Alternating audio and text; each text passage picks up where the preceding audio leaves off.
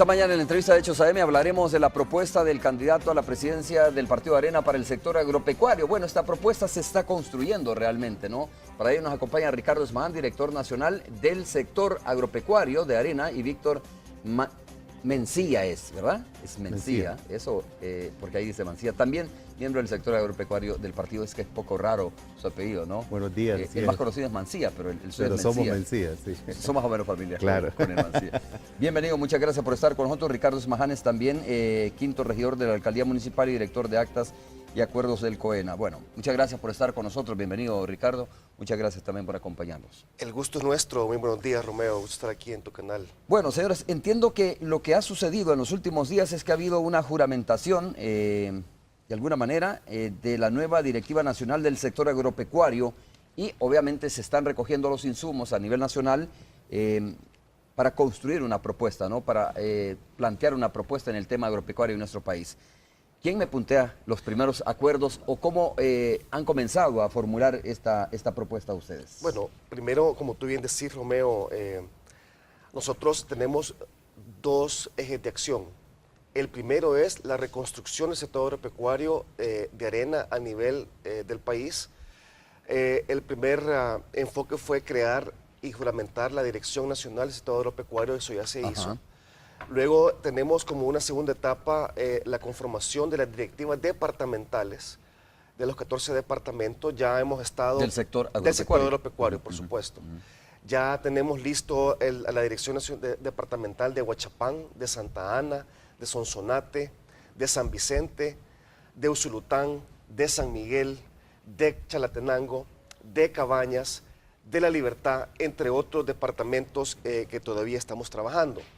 Luego estamos trabajando a nivel de los 262 municipios del país, por los cuales de ellos te puedo decir que ya tenemos aproximadamente unos 120 municipios debidamente organizados. Y lo más importante de todo es encontrar un entusiasmo de parte de las estructuras y los diferentes subsectores de los diferentes subsectores agrícolas y agropecuarios en el país, en el sentido de que hemos encontrado una situación en la cual nos manifiestan un abandono tácito en la agricultura. No hay un acompañamiento en el desarrollo agropecuario, más bien ha habido un deterioro que las mismas estadísticas publicadas por el Banco Central de Reserva pues establecen que la situación de la agricultura ha tenido un comportamiento errático en cuanto a lo que son decrecimientos de sus indicadores, y de repente hay repuntes que no llegan a alcanzar los crecimientos de antes. ¿En qué rubro, por ejemplo, hay decaimientos según la consulta que están haciendo? Lo vamos a hacer, te lo voy a plantear ya más adelante. Lo que te quiero decir es, en primer lugar, tenemos ese planteamiento que estamos desarrollando, el trabajo territorial. Hemos encontrado un entusiasmo enorme, no solo con la gente de Arena, sino que en los diferentes partidos políticos que se unen, y en ese sentido pues estamos muy optimistas. El segundo punto es trabajar lo que es el plan de país. Ese plan de país hemos venido trabajando una consulta ciudadana con los diferentes subsectores, en lo cual lo hemos enfocado en tener lo que es un diagnóstico en base a los problemas externos y internos, una propuesta que se está trabajando en lo que son lineamientos estratégicos transversales para todos los subsectores, para aterrizar después en lo que es específicamente el tema de los subsectores. Hablamos de ganadería, de agricultura, granos básicos, forestal, apícola, caña de azúcar, entre otros. Café, obviamente, ¿verdad? ¿No? Obviamente. Se está olvidando un rubro bien importante que es café. No se me olvida para nada. Víctor, de repente. No se nos olvida para nada. No se le olvida, okay. En ese sentido, uno de los principales sectores que hemos encontrado que se está con serios problemas, yo te podría destacar tres. Te voy a destacar dos para tal vez dejarle a Víctor el último, que es uno de los más dramáticos, que es el tema del café. El tema del café hemos visto, por ejemplo, cómo a nivel de Centroamérica y los mismos organismos internacionales nos dicen que mientras los centroamericanos han estado trabajando arduamente para combatir, por ejemplo, el problema de la roya, aquí en el país nos hemos quedado inertes y no haciendo y aplicando políticas oportunas para combatir el tema de la roya, por ejemplo. Por otra parte, vemos cómo se está ahogando el caso del sector ganadero. El sector ganadero tiene serios problemas en cuanto a lo que son costos de producción. Tiene serios problemas en cuanto a lo que es el tema sanitario y en cuanto a temas de enfermedades. No existe un acompañamiento técnico, no existe un acompañamiento de buscar alternativas sanitarias. No existe una situación en la cual podamos mejorar la genética, Ricardo, entre otros. ¿qué enfermedad es la que está afectando ahora al sector ganadero? No recuerdo. La brucelosis es una de ellas, ¿verdad? La brucelosis es una enfermedad que ataca especialmente la zona occidental del país. Pero no nos quedemos solo ahí. Hay uno de los principales sectores que va a tener problemas y ya está teniendo problemas, y ese sector que tal vez aporta el mayor porcentaje en cuanto a lo que es el pastel de distribución de los diferentes subsectores, y me refiero al sector de granos básicos. Hemos visto, por ejemplo, cómo el actual gobierno ha querido, por medio de decreto legislativo, obligar al productor a ocupar semilla criolla sin darle la oportunidad de poder tener el acceso a semilla de alta genética, a semillas de nueva generación. Lo ha condenado ¿Semilla de otro nada país? más. Digo, si no es criolla, de otro país. Exacto. ¿Por qué? Porque técnicamente en El Salvador, a nivel histórico, nunca hemos tenido la posibilidad técnica de poder aportar semilla al 100% criolla. Déjame decirte que en los años anteriores los paquetes agrícolas han sido conformados con un 60% de semilla producida en el país y un 40% de semilla importada. ¿Por qué ese 60%? Porque de las 18 cooperativas o qué sé yo que le han aportado al gobierno el actual paquete agropecuario, yo ya te podría decir que 5 me consta que han ocupado todo lo que es un protocolo para producir semilla. No es así nomás que yo voy a poner una milpa y de la milpa voy a arrancar el grano y lo voy a pintar como que es semilla. Ahora, Ricardo, y lo voy a ¿el SENTA no está más tecnificado que antes para producir una semilla criolla de capacidad, digo, el SENTA por altamente ley, de rendimiento, por el ejemplo? SENTA por ley es el que verdaderamente certifica y valida una semilla certificada. Pero cuando tú entregas a cualquier gremial o cualquier cooperativa, miren, produzcanme, sin ningún protocolo, ninguna validación específica que verdaderamente te establezca una bitácora de cómo han producido esa semilla, los resultados van a ser que la producción se va a venir para abajo, y eso lo vamos a ver pronto. ¿Por qué? Porque el tema de la producción de granos básicos es cuantificable. Hemos visto también nosotros cómo ha venido un deterioro en cuanto a lo que es la producción de maíz, y en ese sentido pues creo que tiene un impacto directo.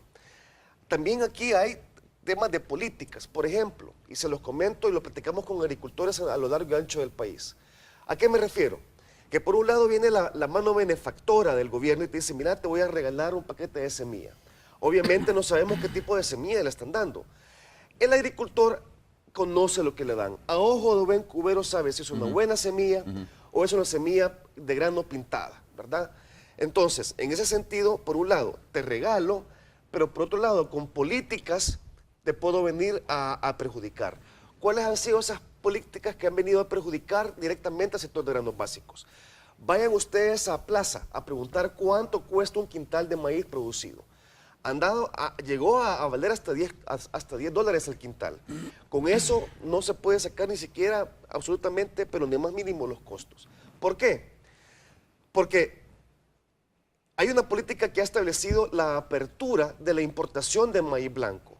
Antes habían convenios de comercialización en la cual, en base a las necesidades de la industria que produce harina de maíz en el país, decía, mire, yo necesito importar tanto porque ya no me pueden suplir este tipo de producto. Entonces se abría, se importaba el maíz, y hemos pasado de importar 1.5 millones de quintales de maíz a 3.8 millones de quintales de maíz, no que van a la industria, sino que van directamente a la plaza, y en ese sentido, como una política para decir, mira, abaratemos el tema de la canasta básica, se lleva de encuentro aproximadamente como 300 y pico. Ricardo, es que estoy revisando algunos datos, ¿no?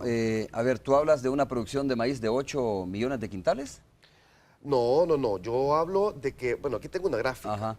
Aquí tengo una gráfica de cómo el mismo Ministerio de Agricultura del actual gobierno ha establecido cómo ha venido evolucionando el tema de la producción del maíz en El Salvador.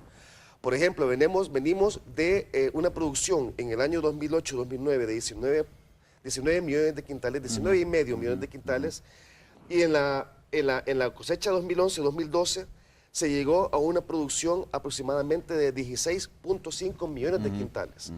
Esto ha sido una caída bastante estrepitosa en lo que es el maíz. En el discurso que dio el presidente de la República, por eso digo, mira, hay que revisar los datos. A lo mejor el presidente no dio datos correctos en ese momento, fíjate. Y yo no me atrevería a venir aquí. El resultado de esta política, dice, de la política agropecuaria, agrícola, mejor dicho, alcanzó una cosecha récord, dice, en granos básicos. Lo dijo, lo estoy tomando textualmente, el discurso del presidente. La cosecha 2012-2013 nos dejó 26.2 millones de quintales de granos básicos.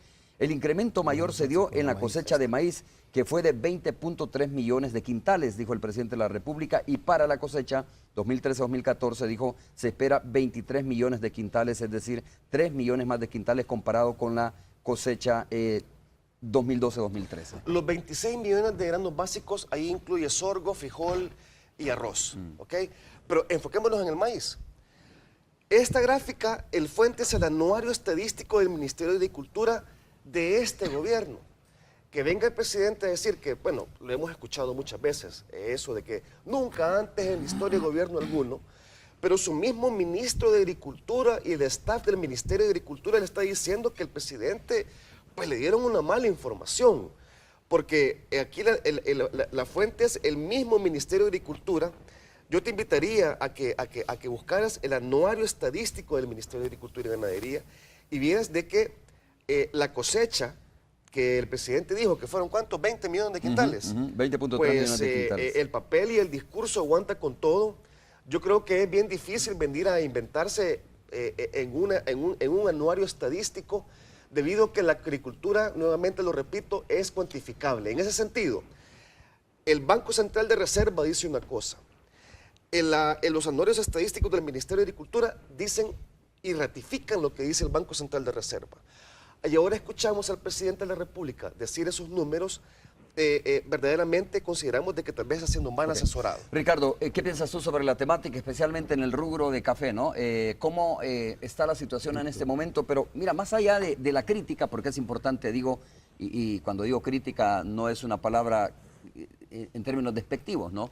Que es importante la crítica, pero digo, más allá de eso, es importante hablar también qué va a proponer, qué propone el Partido Arena, qué va a proponer el sector agropecuario del Partido Arena para solventar esta situación, porque mira, estaba revisando nuevos datos sobre los pequeños productores, estaba revisando sobre el tema de la ganadería, que dice que el Estado compra hoy la producción de unos 3.000 productores de leche fluida para el abastecimiento del programa del vaso de leche.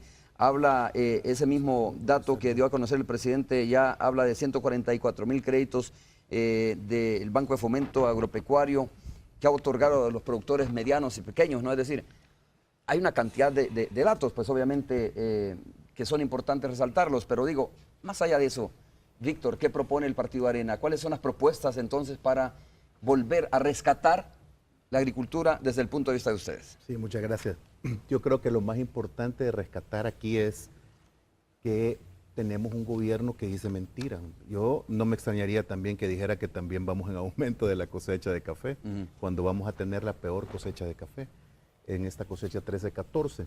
Ayer me estaba informando con la gerente general de Procafé, que por cierto lo han desmantelado, nuestra institución de investigación y transferencia de tecnología, que tanto nos ha costado a nosotros el gremio caficultor, que estimamos una cosecha de 1.1 millón de quintales oro uva para la próxima cosecha 13-14. Eso es preocupantísimo. Pero como tú bien decías, creo yo que siempre hay que hacer marcos de referencia buenos, como lo que hace el colega Ricardo Esmaján, en el sentido de hacer un llamado de atención al sector agropecuario de qué es lo que han hecho en estos 4 años, porque han hablado mucho y han hecho poco. Pero, tal y como lo decía Ricardo, nosotros hemos conformado un sector agropecuario nacional con productores de campo, no de escritorio, gente muy interesante, gente azucareros exitosos, arroceros exitosos, pequeños productores exitosos, caficultores. Y en ese sentido tenemos como la visión de emprender como una nueva aventura productiva. Pero en esta nueva aventura productiva lo que queremos hacer es reactivar el sector agropecuario salvadoreño, que siempre ha sido un orgullo de El Salvador, y que a esta altura del partido no podemos estar diciendo que es exitoso cuando vemos toda la pobreza que hay en el país. O sea, a las personas no se les puede convencer con palabras, sino que con hechos. Entonces nosotros, particularmente en este tema del café, estamos proponiéndole al candidato, el cual ha sido él y su equipo de gobierno ha sido muy receptivo, en 3 puntos principales. El primer punto es recomponer la deuda de los caficultores.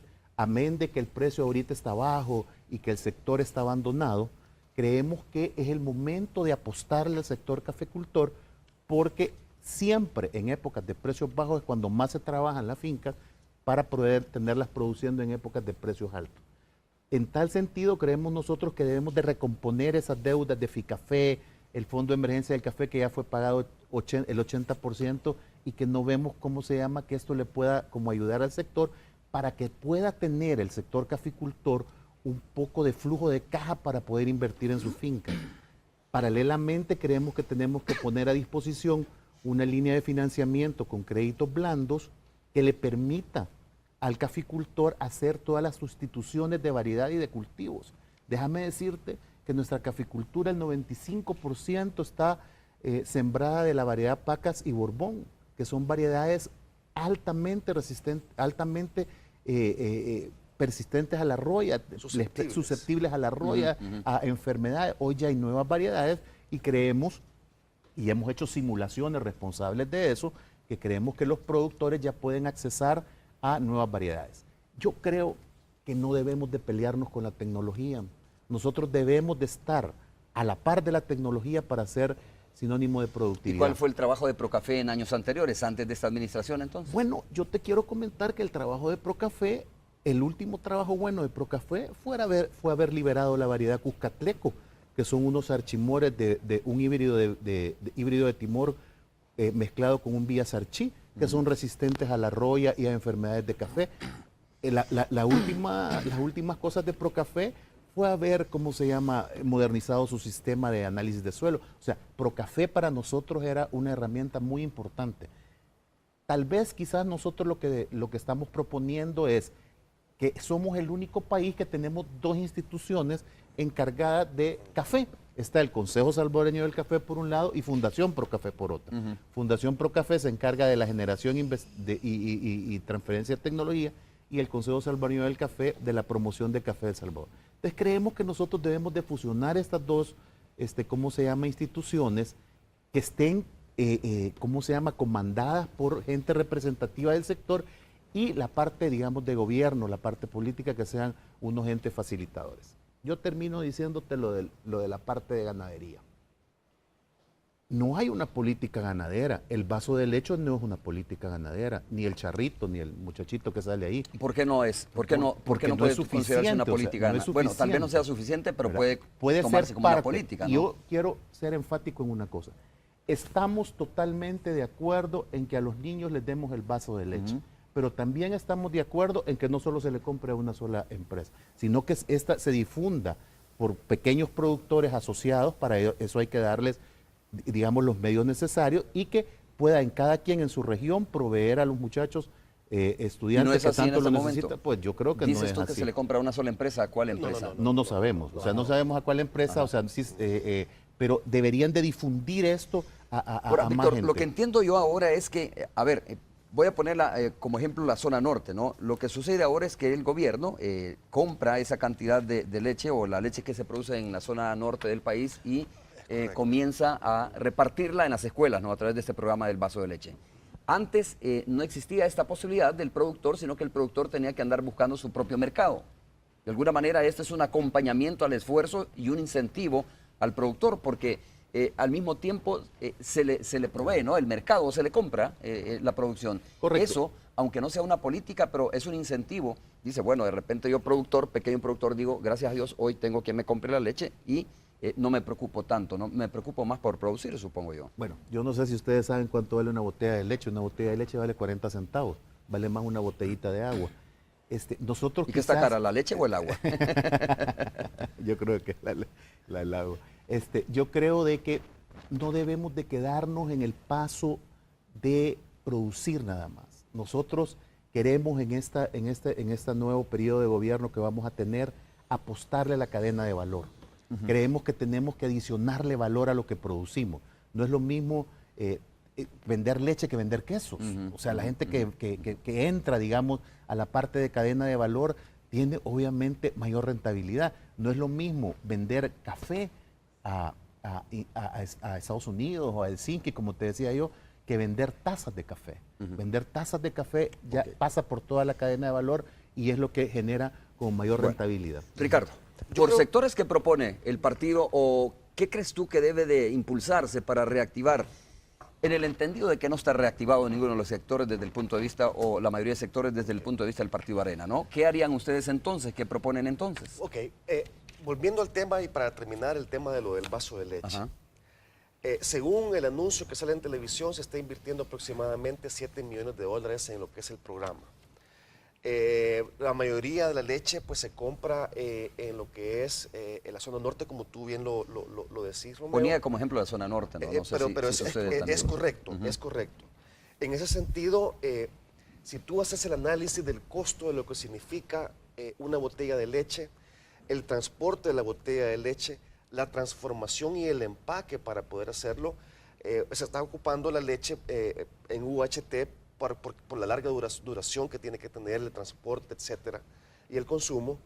Y a donde hemos ido, a lo largo y ancho del país, una de las principales cosas que les preguntamos es a ustedes, señores, que tienen hijos en el sistema educativo público, ¿a cuántos de ustedes se les otorga el vaso de leche?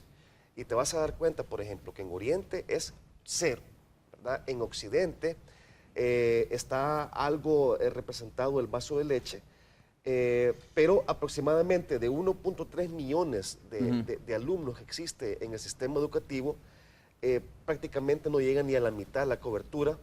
Y si tú analizas, por ejemplo, la inversión que se habla en base a lo que es el costo que estamos hablando que los que sí reciben el vaso de leche, lo están recibiendo aproximadamente una vez a la semana el vasito de leche y nada más. Hemos encontrado otros una casos. vez a la semana, cada alumno recibe una vez a la semana. No es Ricardo, financieramente ¿están imposible. peleados ustedes con el vaso de leche? Quiero preguntar eso francamente. En absoluto. En lo que estamos peleados es en las campañas publicitarias mentirosas. Que dicho sea de paso, yo creo que se les va a revertir, ¿verdad? Porque no es lo mismo que tú hagas la gran pompa a nivel mediático, que cuando tú vas al campo a ver la vida real de todas estas personas, te das cuenta que es una farsa. Con eso estamos peleados, ¿verdad? Con eso estamos peleados, pero creo que podemos hacer un cambio al respecto. ¿Cómo lo podemos hacer? Bueno, estamos trabajando un proyecto en el cual estamos dando un diagnóstico en cuanto a las que son las causas internas y las causas externas para determinar y establecer cuál es el verdadero problema que tiene el sector agropecuario en este país. Hemos encontrado en base a ese diagnóstico una limitada aplicación de tecnología, por ejemplo. Hemos encontrado pocas prácticas empresariales modernas bajo un entorno global cambiante. No somos una isla, tenemos competidores que están usando tecnología. No vayamos muy lejos, veamos Honduras. Honduras está aplicando el tema de la biotecnología cuando aquí nos están mandando a la época de la carreta con la semilla criolla. No tengo nada en contra de la semilla criolla. Sí, es que es importante aclarar eso, porque fíjate que Exacto. deberíamos de estar contentos de tener una semilla criolla, ¿no? Que hay que mejorarla, pero yo creo que en la medida que dependamos menos de otros países en cuanto a la producción agrícola de nuestro país, en cuanto a la semilla criolla, creo que eso es importantísimo. Deberíamos de estar diciendo, hay que mejorarla quizás, ¿no? Sí, estamos en contra de la baja productividad. Exacto, solo por ponerte un ejemplo. Una semilla criolla en una manzana de café te produce de 20 a 30 quintales. Una semilla de maíz, una semilla híbrida te puede producir hasta 200 quintales. O sea, no estamos peleados con lo de nosotros. Estamos en amistad con hacer más rentable a nuestro pequeño productor. Incluso ya están desarrollando una semilla que es especializada para laderas, para que la gente pueda tener mayor productividad. Porque déjame decirte que el pequeño productor, su maíz que siembra, lo ocupa es como su banco, lo ocupa para comer y para cuando no tiene dinero vender. Claro, por supuesto. En la medida que sean más rentables, ¿no? En esa medida van a ir saliendo Ahora, de Víctor, la pobreza. A menos que el presidente haya sido sorprendido, como dice Ricardo, ¿no? Por sus asesores o por sus ministros, por su gabinete, exactamente la producción viene en aumento según los datos que estaba registrando. Por ejemplo, la expectativa, imagínate que la expectativa para el año 2013-2014 es de 23 millones de quintales, cuando en maíz estoy hablando, en la temporada 2012-2013 fue de 20.3 millones. Entonces digo, está funcionando esto de la semilla criolla, va en aumento la producción, porque de 20 a 23, pues obviamente estamos hablando de 3 millones más de Sí, quintales, ¿no? yo solo quiero hacer énfasis en una cosa. No es lo mismo producción que productividad. Productividad es lo que usted produce por unidad de área. Puede ser que hayan ampliado la cantidad de área para producir más. Eso Nosotros estamos hablando de una cuestión que nosotros trabajamos como empresarios que se llama rentabilidad. O sea, la rentabilidad es una cuestión que hay que insertársela a estos pequeños productores, porque nadie conoce cuánto les cuesta, ¿verdad? Entonces eso es muy importante. Yo creo que el presidente obviamente es una persona, un ente político, lo respetamos en ese sentido y no puede decir que todo viene para abajo. Pero si tú vas al campo, nosotros que vivimos en el campo y que vamos al campo, sabemos de los problemas que tiene este rubro. Ok. Tengo que hacer la primera pausa, Ricardo y Víctor. Cuando regresemos vamos a Entramos continuar. al- Sí, por al- supuesto. al- Volvemos.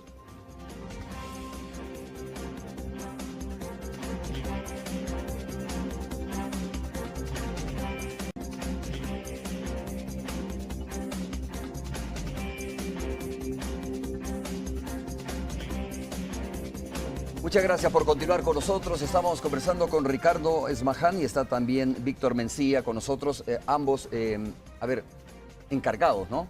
Ustedes son los responsables de plantearle al candidato a la presidencia de la República la política, ¿ya? Las propuestas para somos la un objetivo. equipo. Digo, Un equipo ustedes multidisciplinario. son los encargados que Sí. encabezan, pues, ¿ya? Sí, es un equipo, Este equipo, claro, como ustedes sí. lo dicen. Bueno, yo creo que es importante seguir hablando e insistiendo sobre propuestas, porque cuando la gente que nos está sintonizando en este momento les estoy yendo, pues obviamente está comparando su realidad, está comparando lo que ya conoce con lo que ustedes les están diciendo, ¿no? Si de repente dicen, mire, la agricultura está totalmente quebrada, la ganadería está totalmente quebrada o está fregada, para decirle un buen salvadoreño, allá los ganaderos, agricultores, apicultores, etcétera, cunicultores, etcétera, pues obviamente están diciendo, ¿tienen razón o no tienen razón? Por eso creo que es importante hablar, más allá de lo que estamos diciendo de la crítica, hablar de las propuestas también. ¿Qué cosas más se pueden hacer en agricultura? Se pueden hacer muchísimas cosas. Como estaba... Agricultura y ganadería, perdón. Agropecuario, digamos. Ahí incluye todo eso. Tenemos que tener definitivamente un diagnóstico verdaderamente manifestaba de causas externas y causas internas. Por ejemplo, causas externas, somos importadores de fertilizantes, somos importadores de materias primas. Vemos cómo el precio del petróleo va para arriba, cómo surgen nuevos mercados emergentes. Y hablábamos, uno de los principales problemas de la ganadería, por ejemplo, son costos. Ese es un diagnóstico de causas externas. Podemos hablar de causas internas también. Baja productividad, falta de acceso a tecnología, problemas con el tema de créditos oportunos, entre otros. Con eso tenemos un diagnóstico de la problemática de la situación actual del país. ¿Y qué estábamos nosotros encontrando en cuanto a lo que son la problemática que hemos visto a lo largo y ancho del país? Y te decía, limitada aplicación de tecnología y de prácticas empresariales modernas, bajo un entorno global cambiante y eficiente y deficiencias institucionales. ¿A qué me refiero con deficiencias institucionales? Voy a poner un ejemplo específico. Ganadería. Antes existía un proyecto exitosísimo que se llamaba Senta Proleche. El Senta le proveía a los ganaderos vía Proleche asistencia técnica con veterinarios, con mejores técnicas de alimentación, de ensilaje, entre otros. Eso ya no existe. ¿Qué ha pasado? Han habido problemas en cuanto al tema de ganadería, en cuanto a temas de enfermedades, temas de alimentación, temas de genética, entre otros. Entonces, otro de los principales problemas que influyen es la baja rentabilidad, la baja productividad y competitividad en el desarrollo sostenible del sector. ¿Qué efecto produce en el país un entorno, en una problemática como esta? Es inseguridad alimentaria. Entonces, aquí vienen las propuestas en cuanto a lo que son los lineamientos estratégicos y cada uno tiene un desarrollo muy particular. Están lineamientos estratégicos transversales para luego aterrizar a una política eminentemente subsectorial. ¿Por qué subsectorial y una política subsectorial? Porque lo que a un sector le aprieta el zapato o tiene problemas, tal vez a otro sector es completamente diferente. Entonces, el enfoque de la propuesta son 5 lineamientos estratégicos que van en promover la innovación y tecnología y productividad, por una parte, proveer financiamiento adecuado y oportuno, fortalecer la institucionalidad y seguridad del país. El tema de la seguridad, Romeo, déjame decirte que lo encontramos en todos los subsectores. Por ejemplo, el tema ganadero, seguimos en el tema ganadero, el tema del cuatrerismo en la ganadería está asfixiando al sector. Por otra parte, ampliar la gestión productiva y desarrollo humano, proteger el medio ambiente y desarrollar un sistema de responsabilidad social empresarial para esto. ¿Cuál es la visión que queremos tener con estos lineamientos estratégicos, que los podemos desarrollar uno por uno? Es consolidar a un sector agropecuario y industrial rentable, innovador y totalmente articulado. Víctor mencionaba una palabra clave aquí y podemos poner ejemplos. El tema del encadenamiento productivo. El encadenamiento productivo hace la diferencia en los subsectores. Voy a poner un ejemplo de sectores que sí han entendido el tema del encadenamiento productivo y vea cómo están. Le voy a poner un ejemplo. El sector productor de caña de azúcar con los ingenios de azúcar. Tienen hasta una ley en la cual ambos sectores se complementan y tienen las reglas claras en cuanto a cómo funcionan uno con el otro. Vean cómo van creciendo. El sector avícola es otro. Tienen un referente sector avícola, para lo cual también han tenido un desarrollo importante. ¿Qué es lo que pasa con el tema de granos básicos? No existe un referente en el cual se puede articular y se puede tener una asociatividad y un encadenamiento productivo. ¿Qué se puede hacer? Por supuesto que se puede hacer. ¿Qué es lo que está pasando ahorita? Lo que está pasando es que, si bien es cierto, tenemos convenios de comercialización que vienen desde la época de otros gobiernos, no del actual, tenemos el caso de que la industria, por ejemplo, le da un techo, le asegura al productor un precio establecido mucho mejor que está en el mercado, o sea, en plaza, pero tiene que decir, tener... que, por ejemplo, la botella de leche debería valer más de lo que está valiendo ahora. Estamos hablando para poner un ejemplo de un subsector. Que O el costo de energía debería de valer por menos. ejemplo, la libra de frijol y de maíz debería valer más. Bueno, en el caso como está el caso actual del maíz blanco, que está a 11, 10 dólares, definitivamente sí debería valer más. ¿Y el frijol, por ejemplo? El frijol, creo que el frijol depende. El frijol, la mayoría del frijol se está importando, y obviamente el frijol no veo ahorita un problema en cuanto a lo que es el precio. En el maíz sí. En el tema de la leche, depende si tú me das si es verano o es invierno.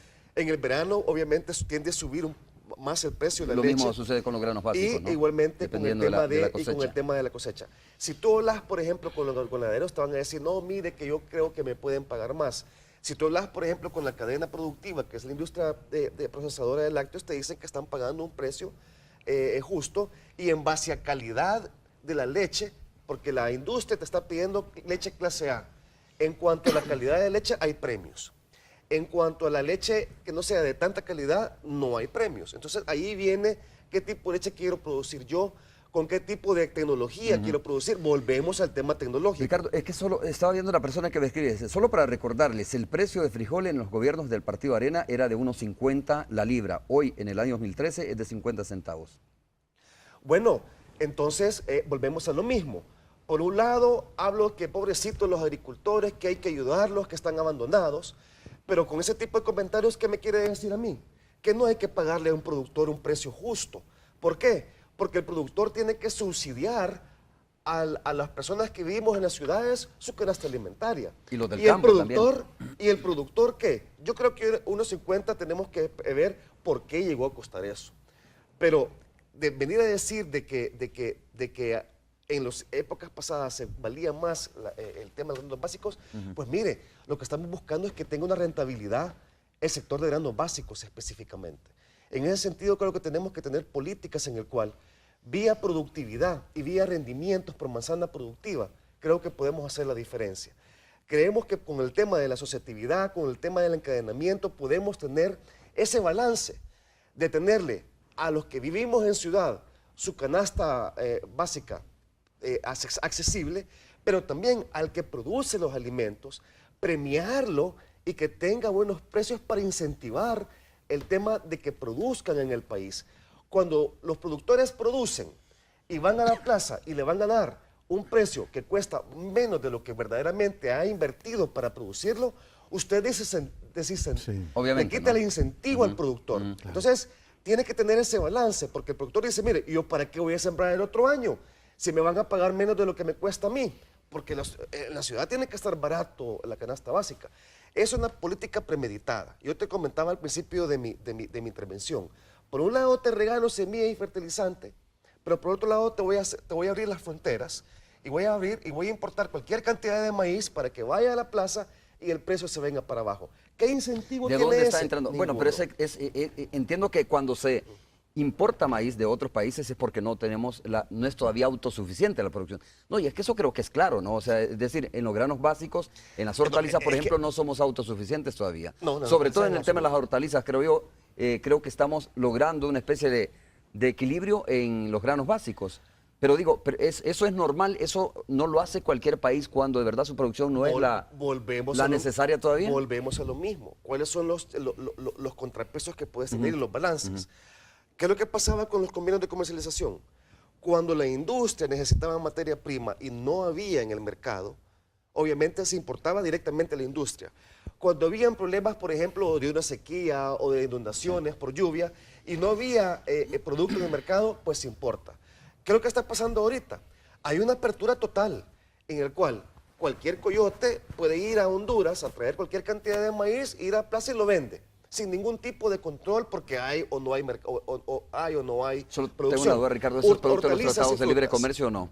¿Qué manda? ¿Es producto de los tratados de libre comercio eso? En absoluto. ¿Ah? Son producto de una política gubernamental de abrir la frontera sin ningún tipo de balance.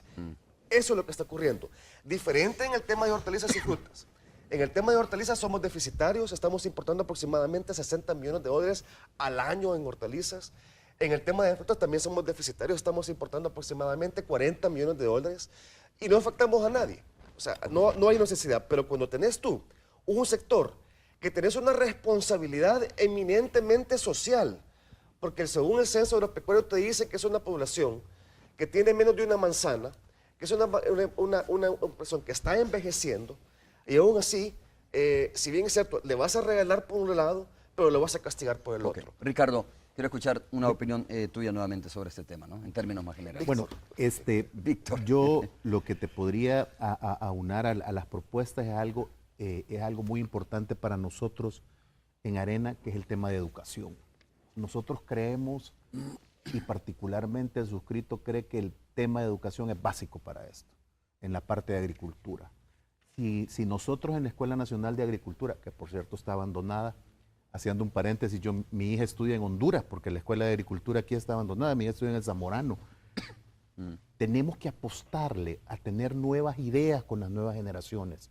Si nosotros le seguimos enseñando a nuestra nueva generación a sembrar maíz y frijol, vamos a seguir sembrando maíz y frijol. Si nosotros les enseñamos una agricultura más intensiva, más protegida, invernaderos, macrotúneles, microtúneles, creo que podemos salir de ese estancamiento, pero tenemos que apostarle a esta cuestión. Yo no creo que ningún país pueda salir de su subdesarrollo si no le apuesta a la educación. Y la otra cosa, Romeo, importantísima que creemos nosotros como propuesta que traemos, es que debemos de hacer un cambio así, radical, del Ministerio de Agricultura. Es que el Ministerio de Agricultura, con el respeto que me merecen, tú lo cerrás 15 días y en este país no pasa nada, pues. O sea, tenemos que poner al Ministerio de Agricultura al servicio del agricultor, no a entorpecer las labores del agricultor. Pero ahí pasan parqueados los carros de los transferencistas, todos los tractores que tienen para caminos rurales y todas estas cuestiones. Nosotros estamos haciendo una propuesta muy seria como sector agropecuario, porque déjame decirte que lejos de lo que se oye, sí hay una gran apertura democrática dentro del partido, nos han escuchado la gente de Plan País, y una de las propuestas que les tenemos es que tenemos que hacer una reingeniería del Ministerio de Agricultura, y básicamente la creación de dos viceministerios, un viceministerio de desarrollo agropecuario y otro de desarrollo agroindustrial, que es congruente con lo que hemos venido a hablar de encadenamiento productivo.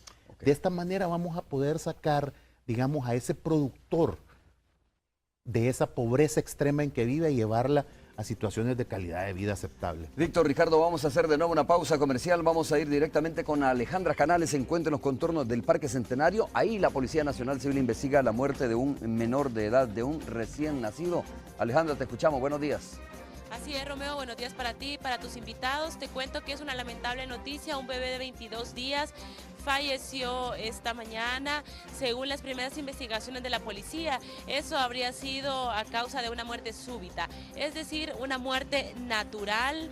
El bebé, según las primeras investigaciones de la policía, el bebé y los padres estaban dormidos y habría fallecido mientras el transcurso de la noche por asfixia, lo que comúnmente nosotros conocemos como muerte de cuna. Esto, a esta hora de la mañana, la policía está presente en la zona para custodiar la casa donde se encuentra el bebé junto a los padres. La medicina legal no ha venido todavía a la zona, estamos en espera que se hagan las investigaciones pertinentes, pero sí la policía, según las primeras investigaciones, el bebé de 22 días falleció a causa de muerte súbita. Esa es la información que tengo, vamos a seguir acá en la zona para que verifiquemos la información forense y confirmemos que en efecto murió por muerte súbita y no por alguna otra situación. Esta es la información, vamos a un corte y vamos a continuar con más aquí en la entrevista con Romeo Lemos.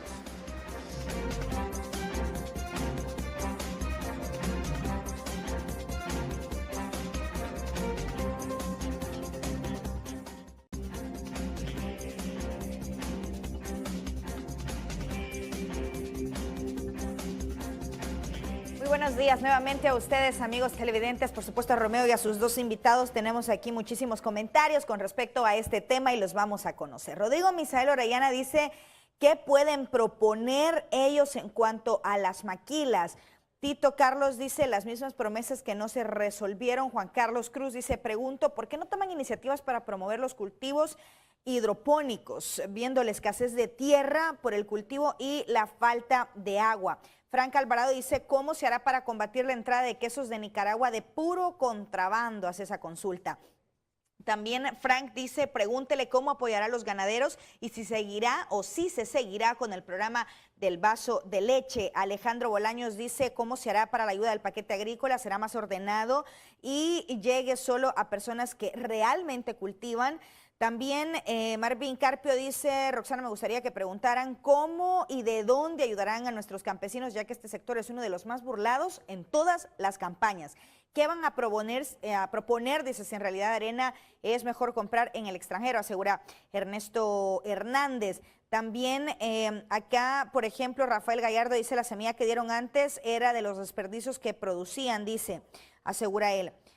Ustedes gobernaron por mucho, ¿qué es lo que van a hacer? ¿De qué aprendieron? Asegura Enrique Polanco. Ernesto Hernández dice, Roxana, por favor, pregúntales realmente cuáles son las iniciativas que tienen en el sector agrícola. Lo más importante, son algunos de los comentarios que tenemos. Romeo, regreso contigo. Muchas gracias, Roxana. Ricardo, rápidamente para escuchar interesantísimo, tus respuestas. Las preguntas y las observaciones.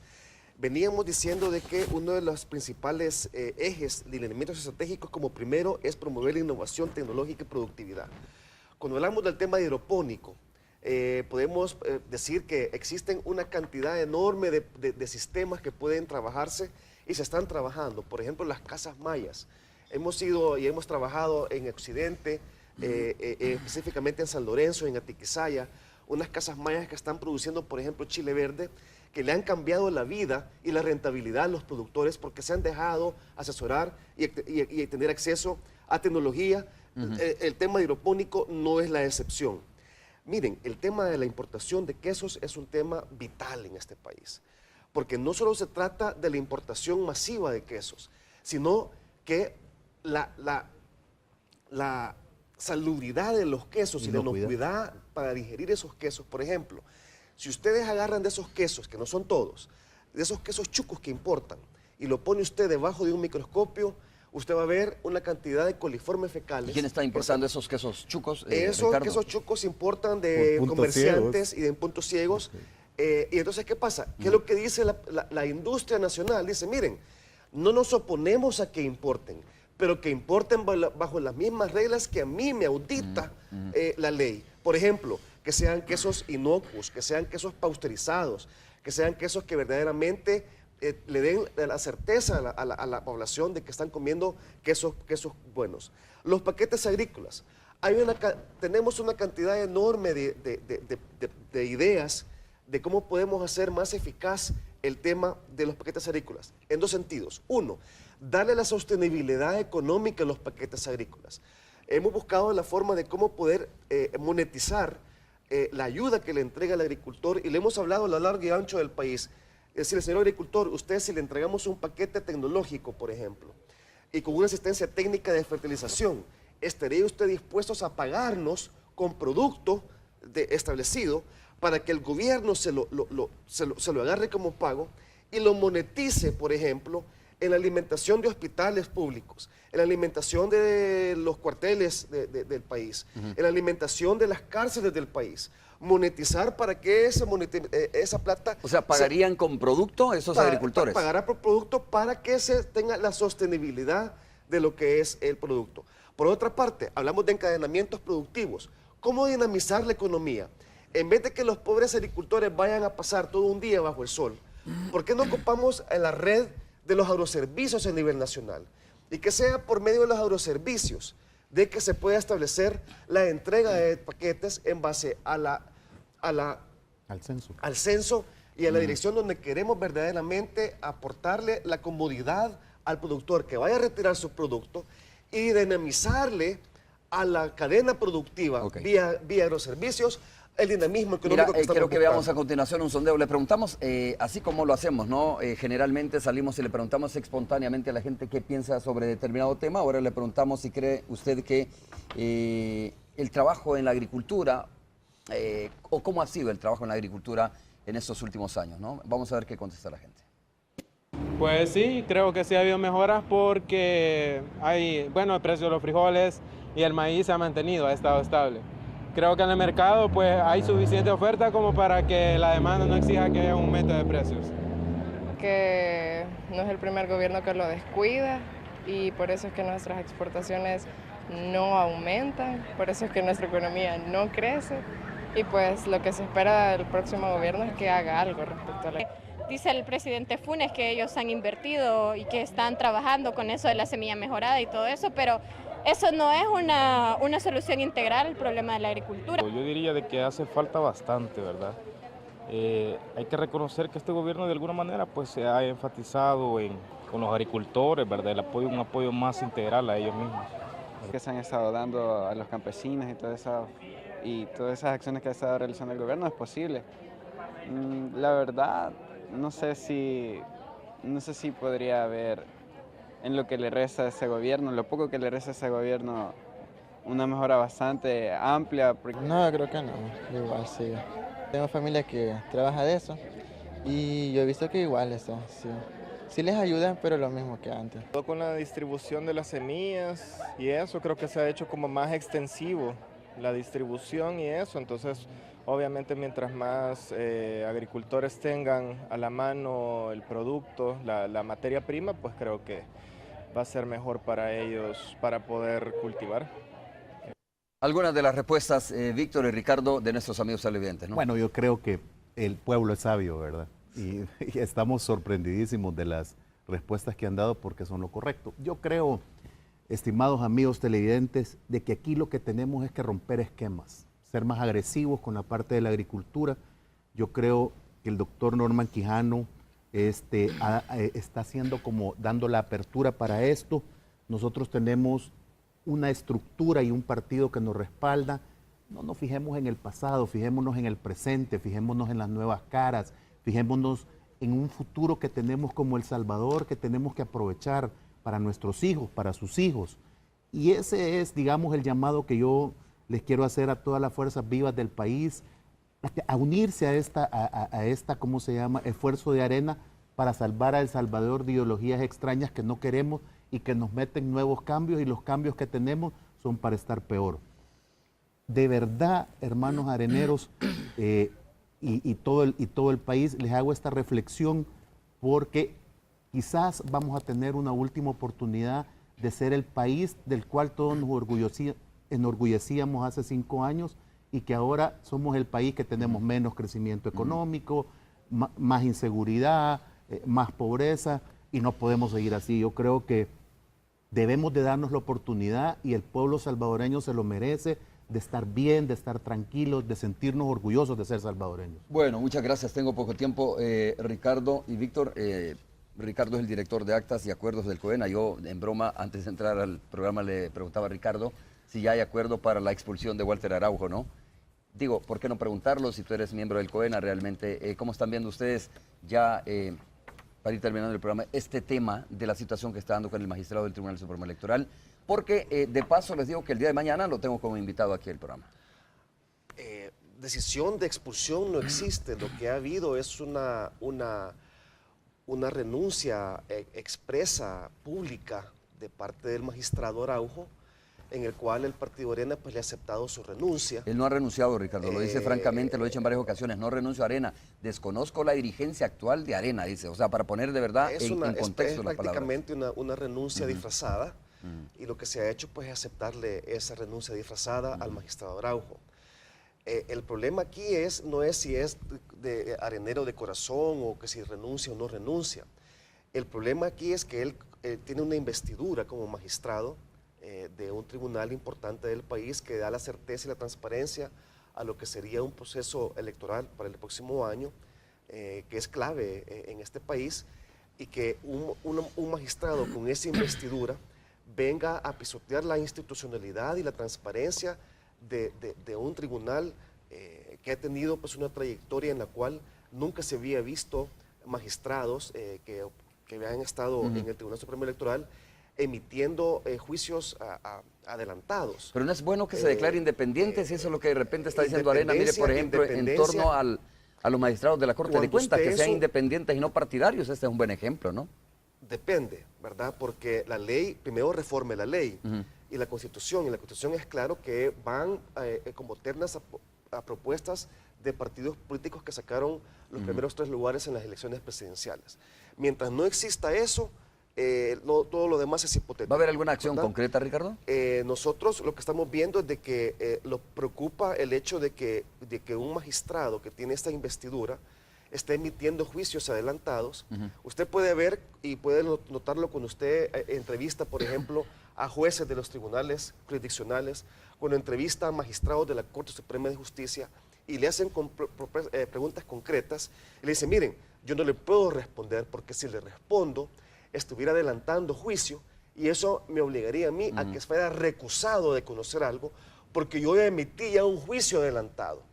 Eso es lo que ha pasado con el magistrado Araujo.